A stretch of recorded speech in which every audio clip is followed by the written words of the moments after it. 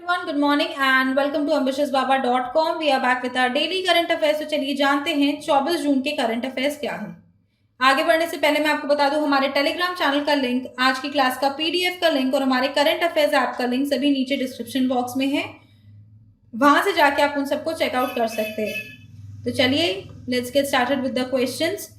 पहला सवाल, कौन सा देश इस साल 36th एशियन समिट की मेजबानी करेगा? 5 ऑप्शन है हमारे पास। तो चलिए the answer is D, Vietnam करेगा इस साल मेजबानी। आगे बढ़ने से पहले मैं आपको बता दूं ये जो एशियन समिट है इसका फुल फॉर्म ही है association of south east Asian Nations. ये एक बाई एनुअल मीटिंग होती है between the south eastern Asian Nations, जिसमें वो कई सारे मुद्दों पर चर्चा करते हैं। पहली बार जो इनकी मीटिंग हुई थी वो हुई थी in the year 1976 in the month of February in Bali, Indonesia. तो चलिए अब बात करते हैं, जो मिनिस्ट्री ऑफ फॉरेन अफेयर्स है उन्होंने अनाउंस की है कि इस साल वियतनाम 36th एशियन समिट की मेजबानी करेगा। ये जो मीटिंग है ये पहली बार टेलीकॉन्फ्रेंसिंग के माध्यम से हो रही है due to the outbreak of कोविड-19।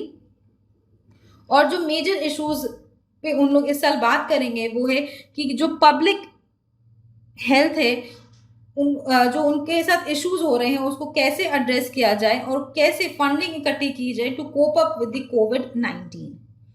ये मीटिंग है, ये 4 दिन चलेगी फ्रॉम 22 जून टू 26 जून। तो चलिए बात करते हैं एशियन के बारे में। एशियन के हेडक्वार्टर्स है जकार्ता, इंडोनेशिया में, and it was founded on 8 अगस्त 1967। तो चलिए बढ़ते हैं आगे दूसरे क्वेश्चन की तरफ। दूसरा सवाल, पीएम केयर्स फंड से कितने पैसे एलोकेट हुए हैं वेंटिलेटर्स खरीदने के लिए, प्रवासी मजदूरों को मदद करने के लिए और वैक्सीन डेवलपमेंट के लिए? 5 ऑप्शन है हमारे पास। तो चलिए the answer is B, 31 crore allocate हुए हैं from the PM Cares fund.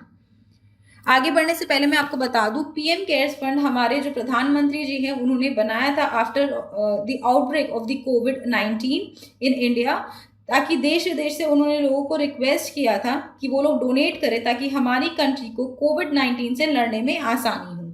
और हाल ही में इनके ऑडिटर सिलेक्ट किए गए हैं of the PM Cares fund, जो कि है सार्क एंड एसोसिएट्स। तो चलिए बात करते हैं जो 31 करोड़ दिए गए हैं ये किस लिए दिए गए हैं।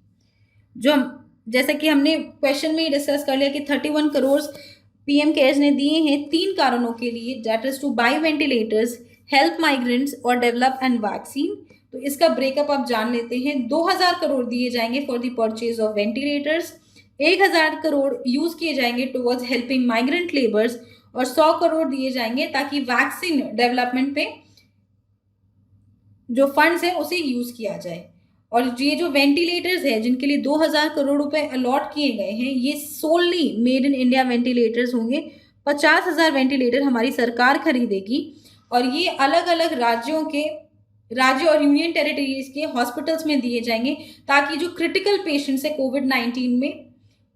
कोविड-19 केसेस उन्हें आसानी हो। तो चलिए बढ़ते हैं हमारे तीसरे क्वेश्चन की तरफ। हाल ही में यूको बैंक ने किन इंश्योरेंस कंपनीज के साथ साझेदारी की है अपने अलग अलग इंश्योरेंस प्रोडक्ट्स बेचने के लिए?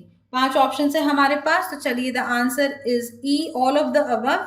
हाल ही में जो स्टेट रन यूको बैंक है उन्होंने 4 इंश्योरेंस कंपनी के साथ साझेदारी की है ताकि उनके नेटवर्क के माध्यम से वो अपने इंश्योरेंस प्रोडक्ट्स बेच सके कस्टमर्स को। तो चलिए बात करते हैं कंपनीज कौन कौन सी है। वो है SBI life health insurance company, दूसरी है ओरिएंटल इंश्योरेंस कंपनी, तीसरी है रेडियर हेल्थ इंश्योरेंस कंपनी और चौथी है star health and allied insurance company. ये 4 कंपनीज के साथ उन्होंने साझेदारी की है ताकि उनका जो कस्टमर बेस है वो काफ़ी स्ट्रांग हो और उनको वो यूको बैंक के जो अलग अलग इंश्योरेंस प्रोडक्ट्स हैं वो बेच सकें। तो चलिए बढ़ते हैं आगे चौथे क्वेश्चन की तरफ। चौथा सवाल,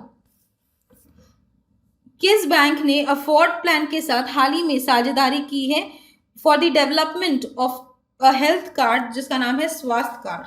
5 ऑप्शन है हमारे पास। तो चलिए इसका answer is C, Yes Bank के साथ उन्होंने की है साझेदारी। आगे बढ़ने से पहले एक बार हम डिस्कस कर लेते हैं कि इन 5 बैंक्स के एमडी और सीईओ कौन कौन है। HDFC बैंक के MD एंड CEO है आदित्य पुरी। RBL बैंक के हैं विश्ववीर आहूजा। यस बैंक का आगे हम क्वेश्चन में डिस्कस करेंगे डिटेल में। ICICI बैंक के हैं संदीप बख्शी, जिन्होंने सक्सीड किया था चंदा कोचर को, और एक्सिस बैंक के हैं अमिताभ चौधरी, जिन्होंने सक्सीड किया शिखा शर्मा को। तो चलिए अब बात कर लेते हैं इस स्वास्थ्य कार्ड के बारे में। यस बैंक जो कि एक इंडियन पब्लिक बैंक है, हाल ही में इसने दिल्ली बेस्ड एक फिनटेक स्टार्टअप अफोर्ड प्लान उनके साथ साझेदारी की है और एक वन ऑफ अ काइंड स्वास्थ्य कार्ड इन्होंने मिलकर लॉन्च किया है। ये स्वास्थ्य कार्ड के तहत जो भी हमारे कस्टमर्स है उन्हें अपनी फाइनेंसिंग नीड्स को आपस में सही से उसे प्लान कर सकते हैं और उसमें रिचार्ज करवा सकते हैं, ताकि कोई भी इमरजेंसी में उन्हें परेशानी नहीं हो और फंड्स की शॉर्टेज नहीं हो। ये जो को ब्रांडेड कार्ड है इसमें आप 100 से लेके 1 लाख रुपए तक रिचार्ज करा सकते हैं और वो बाद में काम आ सकता है कि जब आपको हेल्थ इमरजेंसीज हो। मैं आपको बताती हूँ, ये जो अफोर्ड प्लान है इन्होंने लगभग 800 हॉस्पिटल्स के साथ टाई अप किया है in various states. Delhi NCR में, पुणे, अहमदाबाद, इन सब जगहों पे उन्होंने टाई अप किया है ताकि कोई भी मेडिकल इमरजेंसी हो तो हमारे जो कस्टमर्स हैं उन्हें कोई भी प्रॉब्लम नहीं हो, वो इन हॉस्पिटल्स में जाके इस कार्ड में जो उन्होंने प्रीवियसली रिचार्ज कराया है उससे इसका फ़ायदा उठा सकते हैं। इसके अलावा उन्हें डिस्काउंट्स मिल सकता है हॉस्पिटल में और कई सारे कैशबैक रिवॉर्ड्स भी इसमें अवेलेबल है। तो चलिए अब बात कर लेते हैं येस बैंक के बारे में। येस बैंक के हेडक्वार्टर्स है मुंबई महाराष्ट्र में। उनके जो MD और CEO है उनका नाम है प्रशांत कुमार। उनके चीफ ऑपरेटिंग ऑफिसर का नाम है अनीता पाई और उनका जो टैगलाइन है वो है एक्सपीरियंस आर एक्सपर्टाइज। तो चलिए बढ़ते हैं आगे हमारे पांचवें क्वेश्चन की तरफ। टाउन एंड कंट्री मैगजीन की जो टॉप ग्लोबल फिलांथ्रोफी लिस्ट है 2020 की, उसमें कौन एकमात्र इंडियन है जिन्होंने जगह बनाई है? 5 ऑप्शन है हमारे पास। तो चलिए the answer is A Nita Ambani. Reliance Foundation की चेयरपर्सन है नीता अंबानी, जिन्होंने टाउन एंड कंट्री मैगजीन की जो टॉप ग्लोबल फिलांथ्रोफी लिस्ट है ऑफ द ईयर 2020 उसमें वो एकमात्र इंडियन है जिन्होंने इस साल जगह बनाई है। उनकी जो ये एफर्ट्स है वो रिकॉग्नाइज किया है टाउन एंड कंट्री, क्योंकि उनका मानना है कि वो ग्लोबली काफ़ी जाने बचा रही हैं और एक रे ऑफ होप वो लोगों को दे रही हैं ड्यूरिंग दिस पैंडमिक। तो चलिए बात करते हैं कि उनके साथ इस लिस्ट में इस साल कौन कौन शामिल है।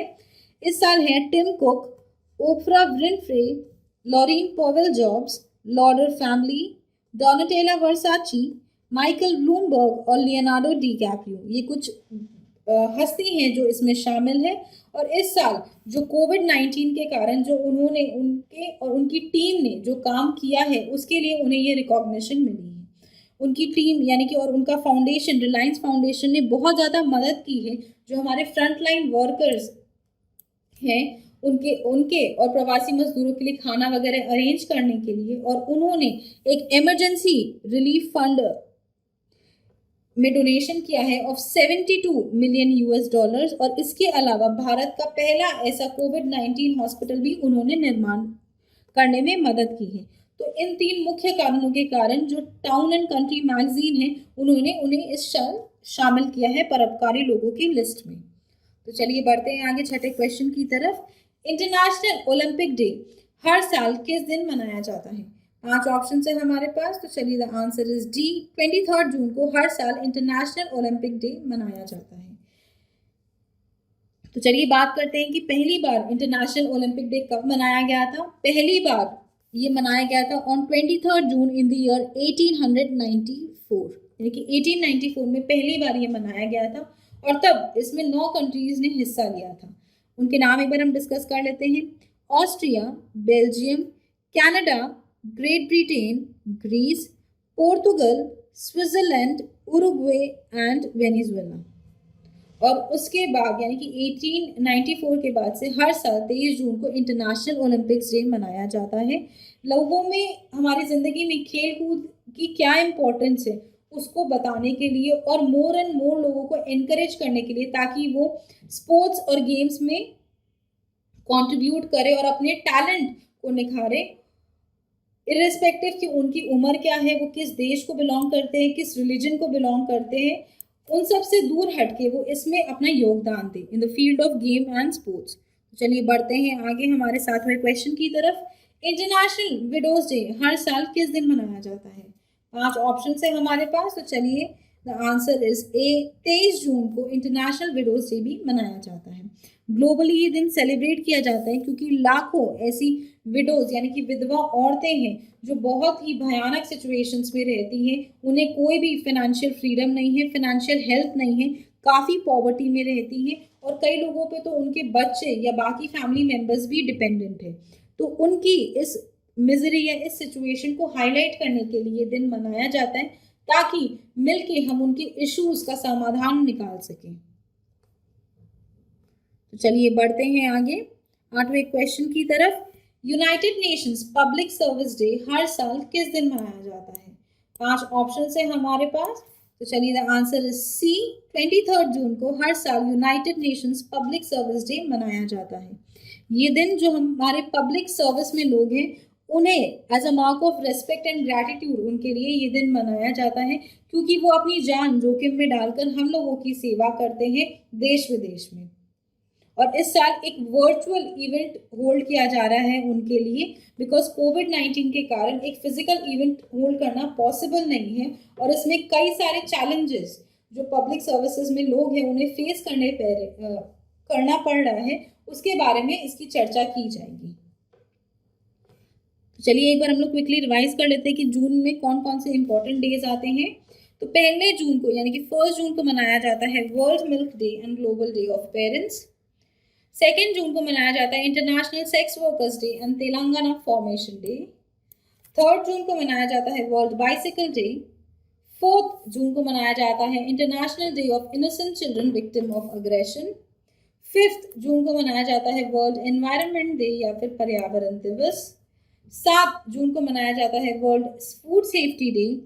8 जून को हम मनाते हैं World Brain Tumor Day and World Oceans Day. 12 जून को मनाया जाता है World Day Against Child Labour. 14 जून को हम मनाते हैं वर्ल्ड ब्लड डोनर डे। 15 जून को मनाया जाता है World Wind Day and World Elder Abuse Awareness Day. 17 जून को हम मनाते हैं World Day to Combat Desertification and drought. 20 जून को मनाया जाता है वर्ल्ड रिफ्यूजी डे यानी कि इंटरनेशनल रिफ्यूजी डे भी आप कह सकते हैं जिसे। और 21 जून को मनाते हैं world music day, world hydrography day and international yoga day. और आज हमने डिस्कस किया कि 23 जून को क्या क्या दिन मनाया जाता है। तो चलिए बढ़ते हैं 9वें क्वेश्चन की तरफ। मार्क विलियम कैलवे ने हाल ही में अपनी रिटायरमेंट अनाउंस की है, वो किस स्पोर्ट्स के साथ एसोसिएटेड है? 5 ऑप्शन है हमारे पास, तो चलिए the answer is A wrestling. Mark William Calaway उन्हें उनके रिंग नेम से ज़्यादा फेमसली जानते होंगे जो कि है दी अंडरटेकर। उन्होंने 22 जून को अपनी रिटायरमेंट अनाउंस की है from the world of WWE। ये अनाउंसमेंट उन्होंने अपनी जो आखिरी किस्त चल रही थी उनकी डॉक्यूमेंट्री की अंडरटेकर द लास्ट राइड उनकी झलक शेयर करते हुए ये अनाउंसमेंट की। चलिए बढ़ते हैं आगे हमारे 10वें क्वेश्चन की तरफ। जोएल स्मूकर का हाल ही में निधन हो गया, वे कौन थे? 5 ऑप्शन है हमारे पास, तो चलिए the answer is C director या फिर निर्देशक है वो। और उनका हाल ही में 80 साल की उम्र में निधन हो गया आफ्टर फाइटिंग विथ कैंसर। 1 साल से वो कैंसर से लड़ रहे थे और उनका हाल ही में निधन हो गया। उन्होंने कई बेहतरीन फिल्में दी है दुनिया को जैसे कि है bread pack, Saint Alamos fire, और उन्होंने बैटमैन फ्रेंचाइजी भी डायरेक्ट की है जो कि है Batman forever and Batman and Robin. चलिए with this we come to the end of today's class. I hope आपको ये वीडियो पसंद आया। अगर ये वीडियो पसंद आया तो इसे लाइक कीजिए, अपने दोस्तों के साथ शेयर कीजिए और हमारे चैनल एम्बिशियस बाबा को सब्सक्राइब जरूर कीजिए।